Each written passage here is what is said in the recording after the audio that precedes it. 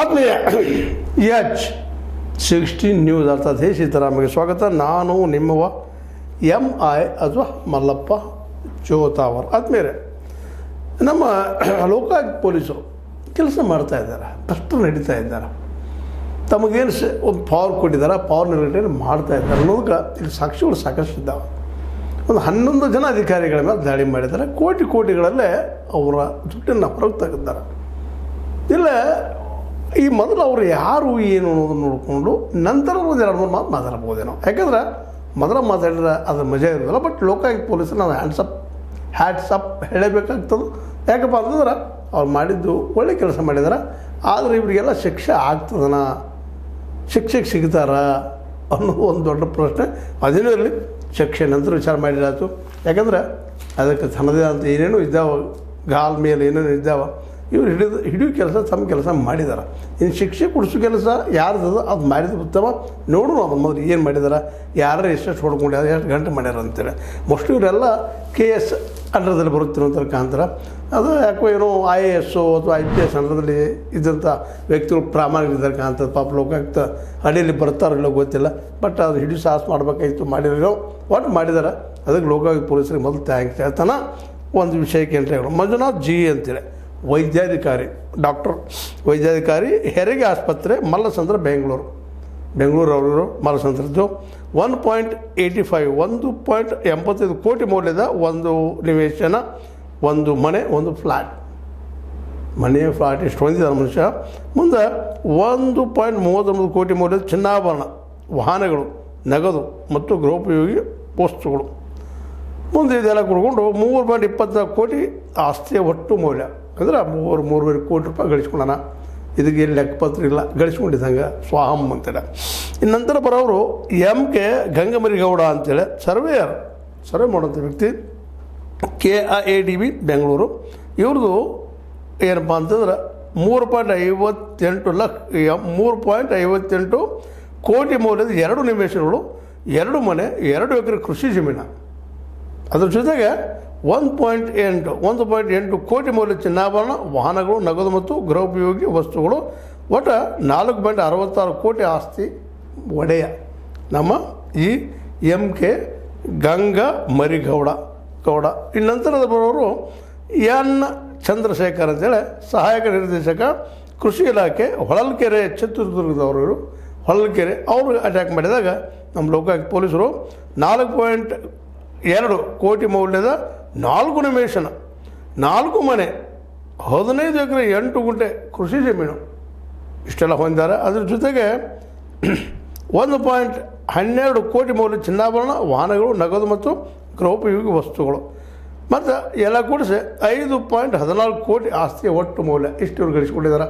ಒಳ್ಳೆ ಸಾಹಸ ಮಾಡಿದ್ದಾರೆ ಬಿಡ್ರಿ.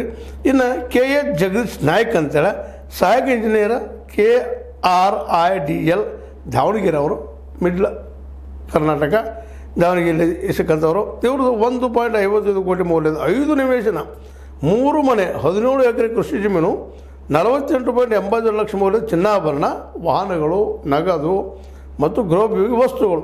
ಮುಂದೆ 2.4 ಕೋಟಿ ಆಸ್ತಿಯ ಒಟ್ಟು ಮೌಲ್ಯ ಜನ ಕೂಡಿಸಿದಾಗ 2.4 ಕೋಟಿ. ಸ್ವತಂತ್ರವಾದ ಮೀಡಿಯಾಗೆ ಬೇಕಾಗಿರುವುದು ಸ್ವತಂತ್ರ ಧ್ವನಿ. ಆ ಸ್ವತಂತ್ರ ಧ್ವನಿ ಉಳಿಸಲು ನೀವು ಮಾಡಬೇಕಾದದ್ದು ಇಷ್ಟೇ. ಅದೇನಪ್ಪಾ ಅಂತಂತಂದ್ರೆ ನಿಮ್ಮ ಕೈಲಾದಷ್ಟು ಸಹಾಯ ಈ ಚಾನಲ್ಗೆ ಮಾಡಿ ಹಾಗೂ ನಿಮ್ಮ ಧ್ವನಿಯನ್ನು ಕಾಪಾಡಿಕೊಳ್ಳಿ. ಇನ್ನು BS ನಡುವಿನ ಮನೆ ಅಂತೇಳಿ, BS ನಡುವಿನ ಮನೆ ಕಿರಿಯ ಸಹಾಯಕ ಆಹಾರ ನಿಗಮ ದಾವಣಗೆರೆಯವರು 1.70 ಕೋಟಿ ಮೌಲ್ಯದ 1 ನಿವೇಶನ, 4 ಮನೆ, 20 ಎಕರೆ ಕೃಷಿ ಜಮೀನು, 50.75 ಲಕ್ಷದ ಮೌಲ್ಯದ ಚಿನ್ನಾಭರಣ, ವಾಹನಗಳು, ನಗದು, ಗೃಹೋಪಯೋಗಿ ವಸ್ತುಗಳು. ಟೋಟಲ್ 2.30 ಕೋಟಿ ಆಸ್ತಿಯ ಮೌಲ್ಯ. ಇನ್ನು ಬಸವೇಶ ಶಿವಪ್ಪ ಶಿಡೇನೂರು ಅಂತೇಳಿ ಕಾರ್ಯನಿರ್ವಾಹಕ ಅಧಿಕಾರಿ, ಪ್ರಭಾರ, ಸವಣೂರು ತಾಲೂಕು ಪಂಚಾಯತಿ, ಹಾವೇರಿ. ಅವರು ಇಲ್ಲಿ ಸಮೀಪ ಬಂದು ಹಾವೇರಿಗೆ. ಅವರು 65.7 ಲಕ್ಷ ಮೌಲ್ಯದ 6 ನಿವೇಶನಗಳು, 1 ಮನೆ, 1.2 ಕೋಟಿ ಮೌಲ್ಯದ ಚಿನ್ನಾಭರಣ, ವಾಹನಗಳು, ನಗದು ಮತ್ತು ಗೃಹೋಪಯೋಗಿ ವಸ್ತುಗಳು. 1.67 ಕೋಟಿ ಆಸ್ತಿಯ ಒಟ್ಟು ಮೌಲ್ಯ, 1 ಕೋಟಿ. ಮುಂದೆ ಅಶೋಕ್ ಶಂಕರಪ್ಪ ಅರಳೇಶ್ವರ್, ಇವರು ರೆವಿನ್ಯೂ ಇನ್ಸ್ಪೆಕ್ಟರ್, ರಾಣಿಬೆನ್ನೂರು ತಾಲೂಕು ಕಚೇರಿ, ಹಾವೇರಿ. ರಾಣಿಬೆನ್ನೂರವರು ತಾಲೂಕು ಕಚೇರಿ ಬರುವಂಥವ್ರು ಅಶೋಕ್ ಶಂಕರಪ್ಪ ಅರಳೇಶ್ವರ್ 1.26 1.26 ಕೋಟಿ ಮೌಲ್ಯದ 2 ನಿವೇಶನ 2 ಮನೆ 11 ಎಕರೆ 20 ಗುಂಟೆ ಕೃಷಿ ಜಮೀನು 99.9 ಲಕ್ಷ ಮೌಲ್ಯದ ಚಿನ್ನಾಭರಣ ವಾಹನಗಳು ನಗದು ಮತ್ತು ಗೃಹೋಪಯೋಗಿ ವಸ್ತುಗಳು 2.25 ಕೋಟಿ ಆಸ್ತಿಯ ಒಟ್ಟು ಮೌಲ್ಯ. ಮುಂದೆ ಅದರ ನಂತರ ಧೋಳಪ್ಪ ಸಹಾಯಕ ನಿರ್ದೇಶಕ ತೋಟಗಾರಿಕೆ ಇಲಾಖೆ ಔರಾದ್ ಬೀದರ್ದವರು एकदम ಮ್ಯಾಲ ಉತ್ತರ ಕಣ. ಇವರು 1.82 ಕೋಟಿ ಮೌಲ್ಯದ 2 ನಿವೇಶನ 1 ಮನೆ 33 ಎಕರೆ ಕೃಷಿ ಜಮೀನು 1.56 ಕೋಟಿ ಮೌಲ್ಯದ ಚಿನ್ನಾಭರಣ ವಾಹನಗಳು ನಗದು ಮತ್ತು ಗೃಹೋಪಯೋಗಿ ವಸ್ತುಗಳು 3.39 ಕೋಟಿ ಮೌಲ್ಯದ ಒಟ್ಟು ಆಸ್ತಿ.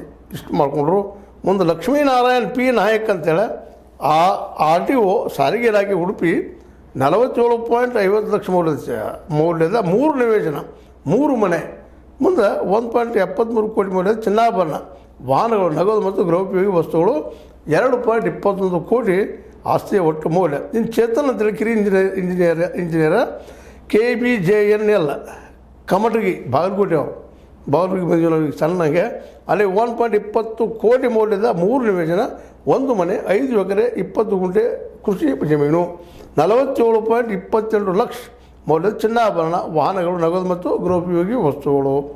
ಇನ್ನು 11 ಕೊನೆಯದು ಜ್ಯೋತಿ ಮೇರಿ ಅಂತೇಳಿ FDA ಫಸ್ಟ್ ಡಿವಿಷನ್ ಕ್ಲರ್ಕ ಲೆಕ್ಕಪತ್ರ ಶಾಖೆ ಆರೋಗ್ಯ ಇಲಾಖೆ ಹಾಸನ 1.12 ಕೋಟಿ ಮೌಲ್ಯದ 3 ನಿವೇಶನಗಳು 1.12 ಕೋಟಿ 1 ಮನೆ 5 ಎಕರೆ 20 ಗುಂಟೆ ಕೃಷಿ ಜಮೀನು 1.4 ಕೋಟಿ ಮೌಲ್ಯ ಚಿನ್ನಾಭರಣ ವಾಹನಗಳು ನಗದು ಮತ್ತು ಗೃಹೋಪಯೋಗಿ ವಸ್ತುಗಳು ಒಟ್ಟು 2.17 ಕೋಟಿ ಆಸ್ತಿಯ ಮೌಲ್ಯ.